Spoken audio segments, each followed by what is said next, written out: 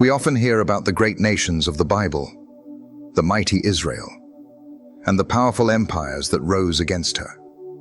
But there's a story buried in the annals of ancient history, one that speaks of rivalry and betrayal.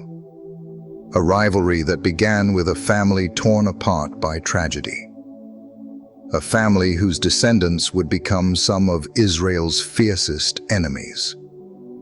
This is the story of Lot and his children. You might know the basics. Lot was Abraham's nephew, and his family's fate was tied to the downfall of Sodom and Gomorrah. But do you know how this small, almost forgotten chapter of Scripture unfolds into a tale of bitter conflict, war, and divine judgment? And more importantly, do you know why the children of Lot, those very descendants, would become some of the most dangerous rivals Israel ever faced? It's easy to think of the Moabites and Ammonites, the children of Lot, as little more than footnotes in the grand story of Israel's rise. But make no mistake, these nations played a crucial role in the shaping of Israel's identity. And the conflict they had with Israel, though often overshadowed by the more famous battles with Egypt, Assyria, and Babylon, was fierce and profound. These two nations were more than just political rivals. They were a reflection of the deep spiritual and moral struggles that Israel would face throughout its history. So, why did this happen? Why did the children of Lot, born out of a scandalous and tragic incident, become enemies of God's chosen people? What led these nations down a path of hostility and bitterness toward Israel? A path that would last for centuries. And what does their story have to teach us about God's purposes, His justice, and His redemptive power? Let's take a journey through time, back to the days when Abraham's nephew Lot made choices that would set his family on a collision course with Israel. We'll explore the key moments in their history, the pivotal battles, the divine prophecies, and the ultimate outcome of their rivalry. As we do, I want you to think deeply about the lessons embedded in this story. Lessons that reach far beyond the pages of the Bible and speak to us today. Because the rivalry between Israel and the children of Lot is not just an ancient tale. It's a story that echoes through time, challenging us to understand the complexities of human nature, the consequences of our actions, and the unshakable sovereignty of a God who works all things for His glory. This is the story of why the children of Lot became Israel's fiercest rivals. And it starts with a family, torn apart by sin, and a journey that would lead them straight into the heart of Israel's greatest struggles. Lot's story begins long before he becomes a distant figure in the history of Israel's enemies. Lot wasn't just a bystander in Abraham's life. He was a part of Abraham's journey, a companion in the early days of faith. Lot's story, however, takes a turn that will eventually lead his descendants down a dark path of conflict and rivalry with Israel. You may remember that Lot's life was closely tied to his uncle Abraham. When God called Abraham to leave his home and journey to an unknown land, Lot went with him. They were family, and the bond between them was strong. But as they traveled, the land couldn't sustain both of their growing herds. The time came for them to separate. Abraham, being the elder, offered Lot the first choice. He could choose whichever land he wanted, and Abraham would take what was left. Lot looked to the well-watered plains of Jordan, the fertile land that lay near the cities of Sodom and Gomorrah. The decision seemed wise on the surface. After all, it was a lush and prosperous land. But what Lot didn't see, or perhaps chose to ignore, was the moral decay of the cities that lay nearby. The people of Sodom and Gomorrah were known for their wickedness, their sinfulness, and their disregard for the ways of God. Lot, in his desire for comfort and prosperity, made the choice that would lead him into the very heart of that wickedness. What happened next is well known. God's judgment on Sodom and Gomorrah. The cities were destroyed by fire and brimstone, and Lot, along with his family, was spared. But even as they fled, Lot's wife looked back, and in an instant, she was turned into a pillar of salt. Lot and his 2 daughters escaped to a small town called Zoar. But there, the story takes a dark and disturbing turn. It's a story often overlooked, but it's one of the key moments in the history of Lot and his descendants. As Lot and his daughters took refuge in the mountains, they feared the possibility of never having descendants to carry on their family name. In a desperate and morally questionable decision, the 2 daughters of Lot made the choice to get their father drunk and sleep with him, in an attempt to preserve the family line. The result of this incestuous act was the birth of 2 sons, Moab, the father of the Moabites, and Ben-Ami, the father of the Ammonites. It's a story of moral failure, of desperation, and of sin that will have lasting consequences. Lot's daughters, though they acted out of fear and a desire to preserve their father's name, unknowingly set in motion the birth of 2 nations that would become bitter rivals of Israel. The Moabites and Ammonites, born from such a dark and troubling origin, would go on to play a major role in Israel's history, though not in the way one would hope for a family line. These 2 nations, Moab and Ammon, would grow and develop in their own right, but their roots were forever tied to the wickedness of Sodom and Gomorrah. Lot's choices, and the choices of his daughters, would forever shape the future of these nations, and their relationship with Israel would be one of conflict, rivalry, and enmity. The Moabites and Ammonites were not just distant cousins to Israel. They were nations born from a history of sin and moral corruption, and their relationship with Israel would reflect that.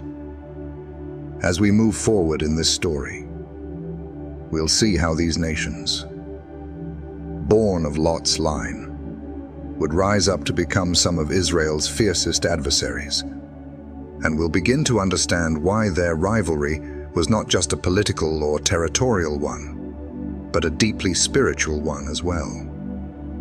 The Moabites and Ammonites became nations with their own cultures, religions, and histories, but despite their growth, they remained closely tied to their origins, the land they occupied.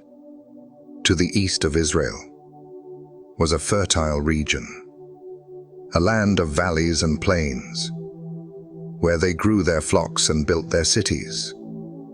But these lands, though rich in resources, were not without conflict. And it was here, in the land of Moab and Ammon, that the seeds of rivalry with Israel would take root. The Moabites, descended from Lot's older daughter, were a formidable force. Their kingdom was located just south of Israel, separated by the rugged terrain of the Jordan River. The Ammonites, born from Lot's younger daughter, lived to the north of the Moabites, a little further from Israel's borders, but still close enough to be a constant threat. From the very beginning, these nations were destined to be in conflict with Israel. They were close enough to threaten Israel's borders, but distant enough to have their own ambitions. Their rivalry began not with grand wars or battles, but with smaller, more subtle interactions. As Israel journeyed through the wilderness after the Exodus, they came into contact with the Moabites and Ammonites. These nations, who shared a common ancestry with Israel, could have been allies, but instead, they were far from friendly. The Moabites, in particular, would soon become infamous for their opposition to Israel. One of the earliest and most notable interactions between the Moabites and Israelites occurred during the time of the Exodus, as Israel made its way toward the Promised Land. They sought to pass through Moabite territory. But the Moabite king, Balak, feared the growing strength of Israel and sought to curse them. He hired the prophet Balaam to pronounce a curse on the Israelites.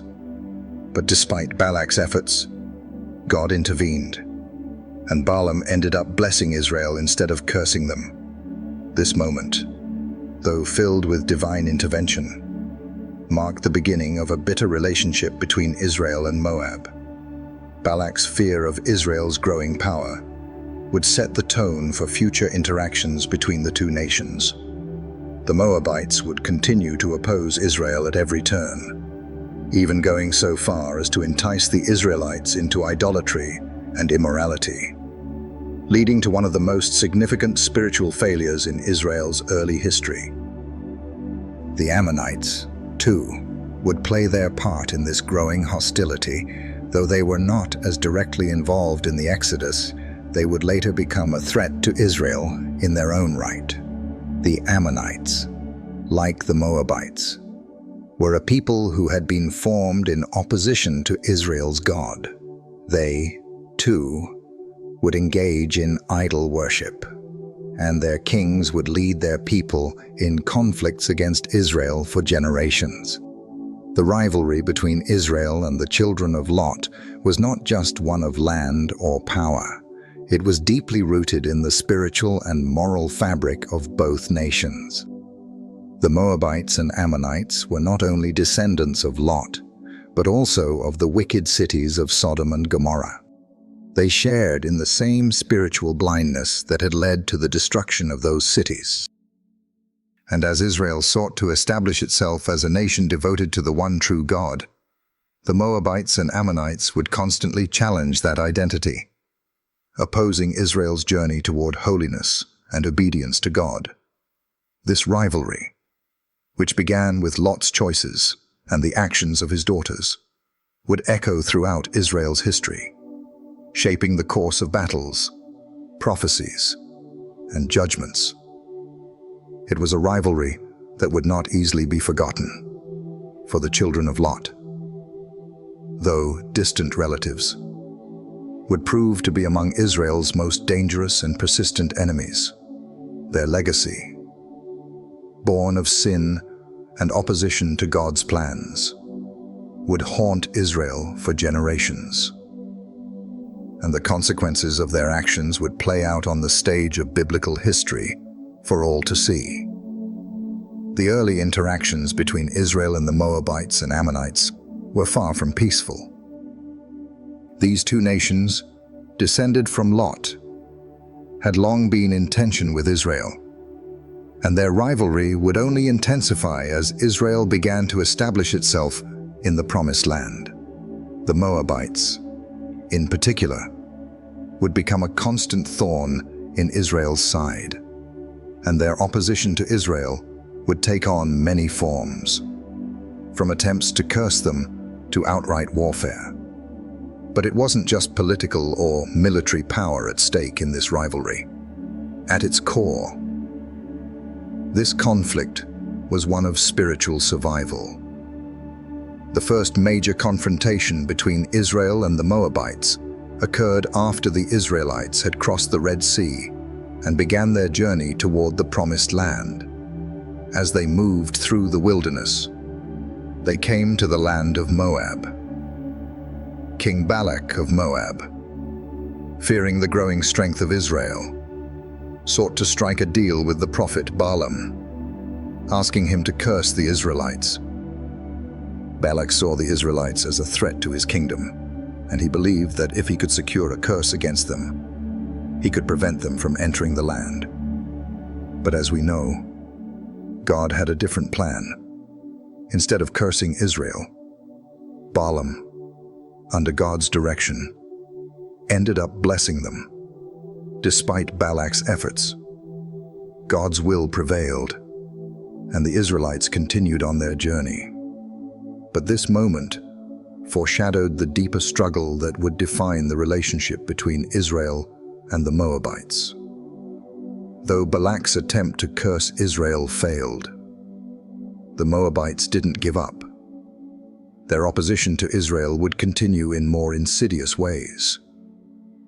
In the days following the encounter with Balaam, the Moabites would lead Israel into idolatry. The Moabite women seduced the Israelite men, causing them to worship the false gods of Moab, particularly Baal Peor. This spiritual failure would cost Israel dearly. The Israelites began to fall into sin, worshipping false idols and engaging in immoral practices. The consequences were severe. 1,000 Israelites died in a plague as a direct result of their disobedience. This moment marked the beginning of a pattern of Moabite influence over Israel. Time and again, the Moabites would find ways to lead Israel astray, tempting them with idolatry and sin, tempting them to forget the God who had delivered them from slavery. The Moabites, like their ancestors in Sodom and Gomorrah, were relentless in their opposition to God's people, and their spiritual corruption would continue to haunt Israel for generations. But it wasn't just the Moabites who were Israel's enemies. The Ammonites, too, played a role in the ongoing conflict. Although they didn't have the same direct encounters with Israel as the Moabites, they were no less hostile. The Ammonites, living to the north of Israel, had their own history of opposition. They would, at times, align themselves with other enemies of Israel, such as the Philistines, and seek to push Israel out of the land. The rivalry between Israel and the children of Lot wasn't just one of military power. It was a spiritual battle. The Moabites and Ammonites, much like the Israelites, were descendants of Abraham. Yet they chose to reject the God of Israel. They worshipped idols and lived in moral depravity. And their opposition to Israel was rooted in this deep spiritual divide. Each time Israel faced conflict with these nations, it wasn't just a battle for land or power. It was a battle for the soul of Israel, a struggle to stay true to the one true God. As the centuries passed, the hostility between Israel and the children of Lot would only grow. The Moabites and Ammonites would engage in wars with Israel, and at times, they would even try to destroy Israel. The book of Judges recounts several instances where Israel found itself at war with these nations. One of the most notable leaders during this time was Ehud, a judge who was used by God to deliver Israel from the oppression of Moab. He successfully assassinated the Moabite king, Eglon, and led Israel to victory. But even after this victory, the Moabites would rise again, and their rivalry with Israel would continue for generations. God's judgment on these nations was inevitable. From the very beginning, God had warned that the descendants of Lot would face judgment for their sin and rebellion. In the case of the Moabites, God spoke through the prophet Jeremiah, declaring that Moab's sins would bring about their destruction. The Ammonites, too, would eventually face the wrath of God. These nations had made themselves enemies of God's people, and in doing so, they had made themselves enemies of God. But God's judgment was not just about punishment. It was also about redemption. For while the Moabites and Ammonites were destined for judgment, God would also use their story to show His mercy. The story of Ruth, the Moabite woman who became part of the lineage of King David, is a powerful reminder that God can redeem even the most unlikely of people and nations. Ruth's inclusion in the genealogy of Jesus Christ shows that, even in the midst of judgment, God's grace can break through, bringing hope and redemption to those who turn to Him. This story of judgment and redemption is a powerful reminder of God's sovereignty. Even when Israel faced its fiercest rivals, God was in control. Even when the children of Lot, with their deep roots in sin and rebellion, opposed Israel, God's plan for His people would not be thwarted. His purposes were bigger than any rivalry, any battle, or any nation.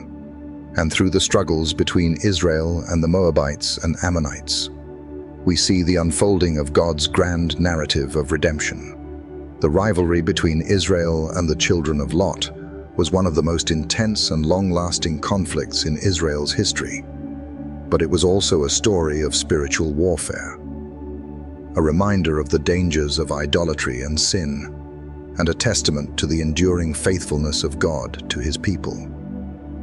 It's a story that challenges us to examine our own hearts, to ask ourselves where our loyalties lie, and to remember that God's purposes will ultimately prevail, no matter the opposition. As we move forward, we'll see how God's judgment on these nations and His eventual redemption of even the most unlikely people would play out in the pages of Scripture. But first, we must understand the role that prophecy played in this ongoing rivalry and what God's words to these nations mean for us today. God had spoken clearly about the future of the Moabites and Ammonites, and His words were filled with both judgment and mercy.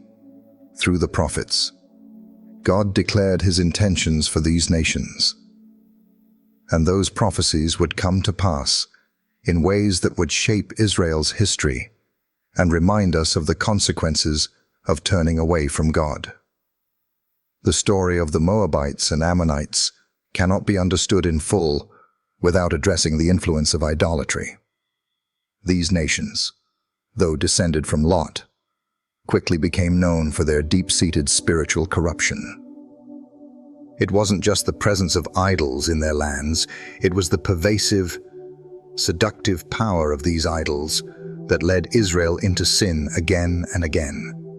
The Moabites and Ammonites didn't just worship false gods. They built their entire cultures and practices around them, creating systems that would undermine the worship of Israel's one true God from the very beginning. The Moabites and Ammonites were marked by their idolatry. In their early years, they worshipped the god Chemosh, a deity associated with child sacrifice and other abhorrent practices. The Ammonites, too, had their own idols, including Molech, a god known for similar atrocities. These gods were not just foreign deities.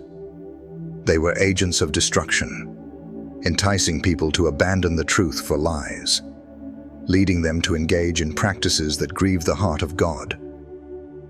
When Israel came into contact with the Moabites and Ammonites, the temptation to worship these idols became too great for many. It's easy to think of these nations as distant enemies. But the reality is that the Moabites and Ammonites were constantly influencing Israel. In the days after the Exodus, when Israel wandered in the wilderness, the Moabites saw the Israelites as a threat, and instead of simply confronting them with military power, they chose to attack their spiritual foundations. The Moabites seduced Israel with their women, drawing the Israelite men into idol worship. The allure of the Moabite gods was too much for many to resist, and the result was disastrous. Israel's men worshipped Baal Peor, and God responded with judgment, sending a plague that killed thousands. But the temptation didn't end there. Over and over again, Israel would fall into the snare of idolatry, drawn not only by the physical allure of the foreign cultures surrounding them, but by the deep spiritual corruption that lay within those cultures. The Moabites and Ammonites didn't simply exist in Israel's history as enemies in a military sense. They were the persistent whispering voice, calling Israel away from God, seeking to pull them into the same idolatrous practices that had destroyed their own nations. This battle for Israel's heart was not one that could be won with swords or shields alone. It was a battle for the soul of Israel, a war against the very heart of their covenant with God. And the Moabites and Ammonites were more than just nations. They were symbols of the idols that Israel would continually struggle against. Their gods, though false, were powerful in their ability to turn hearts away from the true worship of Yahweh. The temptations of idolatry were not limited to these two nations alone. They represented the spiritual forces at work in the world, the forces that would call to Israel from every direction, urging them to forget God's commandments and to bow before the gods of pleasure, power, and wealth. The danger was clear. Every time Israel faced conflict with the Moabites or Ammonites, it was not simply a battle for territory.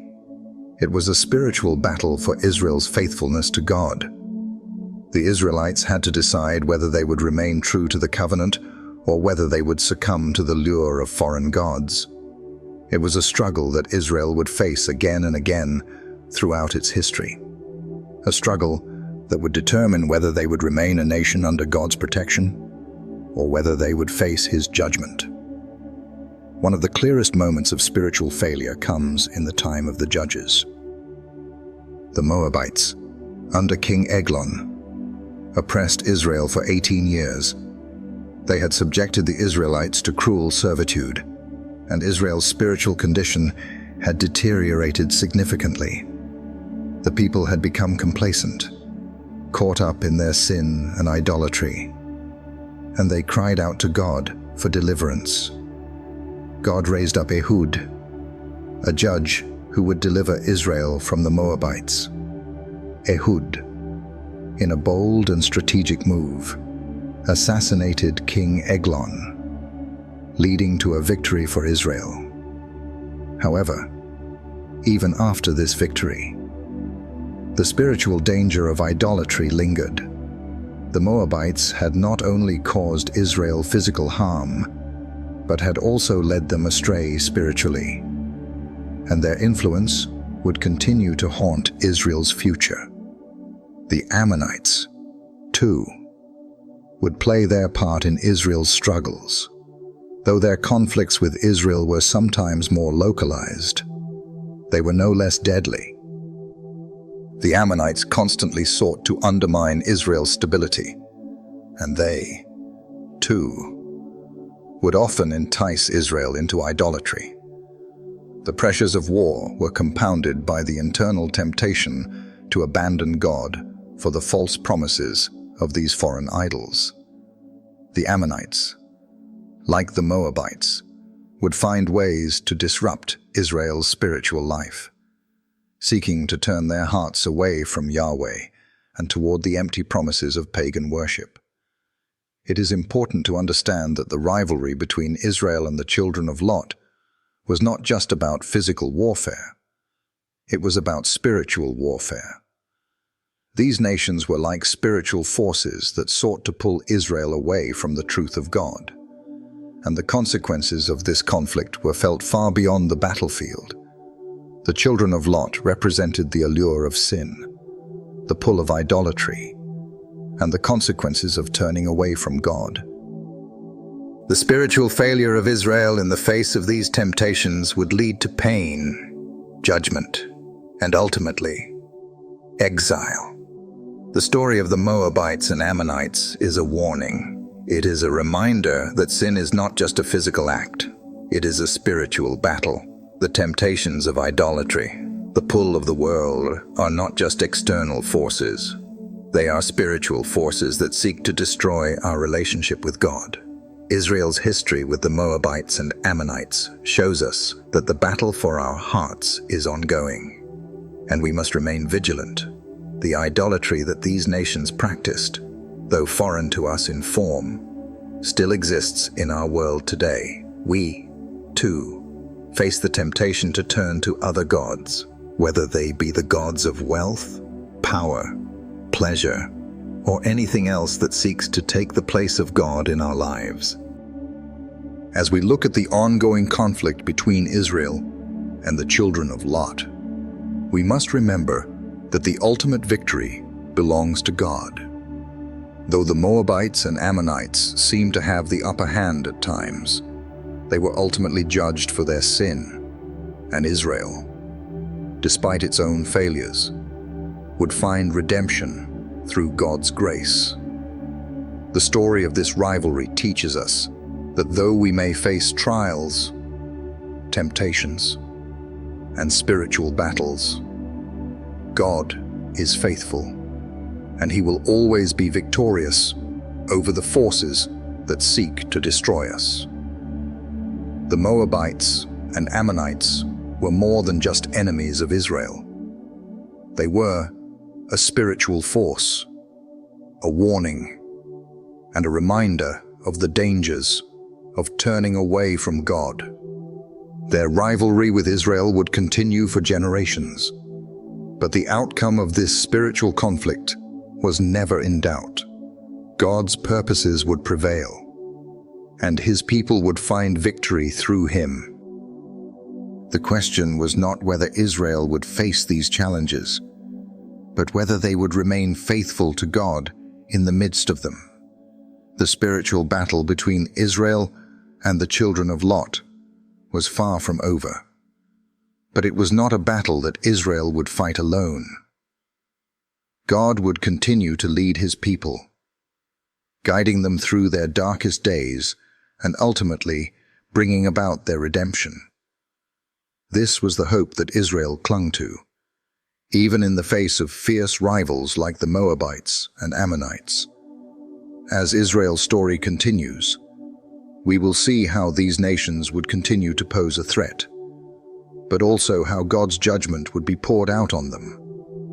The end of their rivalry was not a simple matter of military victory. It was a matter of God's justice, mercy, and redemptive power. In the end, God would fulfill His promises to Israel, and the story of the Moabites and Ammonites would become a testament to God's sovereignty over all things. The struggles between Israel and the children of Lot were intense, but they were not in vain. They were part of the larger story of God's plan for His people, a plan that would culminate in the coming of the Messiah. As we look at the next chapter in this story, we'll see how God's judgment on the Moabites and Ammonites unfolded, and how the final word on this rivalry would come from the hand of a gracious and sovereign God. As the story of the Moabites and Ammonites unfolds, it's clear that God's ultimate plan for these nations was far from being one of mere judgment. In fact, His dealings with them provide a powerful picture of His grace, justice, and redemptive power. While the Moabites and Ammonites were destined for destruction because of their spiritual rebellion and opposition to Israel, God's sovereignty allowed for a surprising twist in the narrative, a twist that speaks of grace even in the darkest of circumstances. One of the most powerful examples of this grace is found in the story of Ruth, the Moabite woman who would become part of the lineage of King David, and ultimately, the lineage of Jesus Christ. Ruth's story is a remarkable tale of redemption, and it stands in stark contrast to the spiritual darkness of Moab, the nation from which she came. Ruth, though born into a culture of idolatry and sin, chose to abandon her people and their false gods to follow the true God of Israel. Ruth's faith and loyalty were not just a personal victory, they represented a profound turning point for the Moabites. While her people had been enemies of Israel for generations, Ruth's willingness to embrace God's covenant, her devotion to her mother-in-law Naomi, and her eventual marriage to Boaz, a kinsman redeemer, would change the course of history. Ruth's story shows us that God's grace knows no boundaries. Even a woman from Moab, a nation that had so often opposed Israel, could find a place in the family of God. Through Ruth, God was reminding Israel, and all of us, that His redemption is not limited to any one nation, tribe, or people. It is available to all who turn to Him in faith, no matter their past. Ruth's inclusion in the genealogy of David, and ultimately in the lineage of Jesus Christ, is a testament to God's ability to bring redemption even from the most unexpected places. The Moabites, a people who were once the sworn enemies of Israel, now had a place in the story of God's salvation, and that story would lead directly to the birth of the Savior. But while God's grace is undeniably powerful, His justice also must be carried out. The Moabites and Ammonites were not without consequence for their sin and rebellion. In the book of Jeremiah, God speaks against Moab, declaring that the nation would face destruction because of its pride and its constant opposition to Israel. The Ammonites, too, would face judgment for their cruelty and their idolatry. God's justice would not be denied, and these nations would ultimately be destroyed for their unrepentant hearts. Yet even in the midst of judgment, there was always the possibility of mercy. God had always left room for repentance, and He continued to offer grace to those who would turn to Him. The story of Moab and Ammon is ultimately a story of divine justice, tempered by divine mercy. These nations would not escape judgment, but they were never beyond God's reach. The fact that Ruth, a Moabite, was redeemed and included in the lineage of Jesus Christ shows that God's mercy was available even to those who came from the most corrupt and idolatrous nations. The judgment that came to Moab and Ammon is a sobering reminder that sin has consequences. The nations descended from Lot chose to follow the path of idolatry, immorality, and opposition to God's people, and they paid the price for their actions. But it is also a story of hope. Even in the darkest chapters of history, God was at work, weaving a story of redemption. The end of the rivalry between Israel and the children of Lot was not simply the defeat of one nation by another. It was a testimony to the ultimate victory of God's purposes, a victory that would bring salvation to all people through Jesus Christ. The final word on the rivalry between Israel and the children of Lot comes in the form of God's justice, tempered by His grace. The Moabites and Ammonites may have been Israel's fiercest rivals, but in the grand scheme of God's plan, their story would become one of redemption. As even the enemies of Israel were brought into God's redemptive plan through faith. Ruth's story reminds us that no one is beyond God's reach, and no matter how far we may fall into sin, God's grace is always available to those who turn to Him.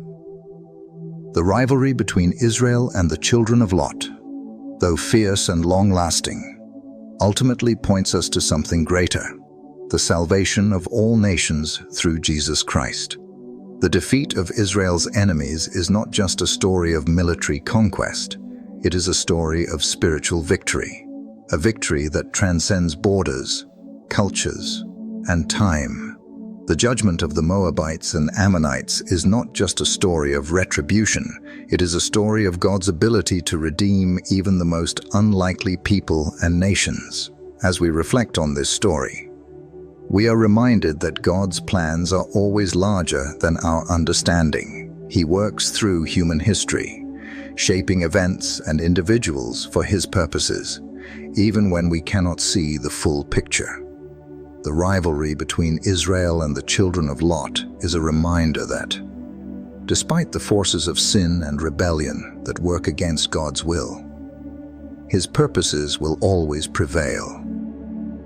And, like Ruth, we too are invited to be part of God's redemptive story, to find our place in the family of God, no matter our past or our heritage, as we move forward in our own journeys. Let us remember the lessons of this rivalry. Let us remember that God's grace is available to all who turn to Him, and that His justice is always balanced by His mercy.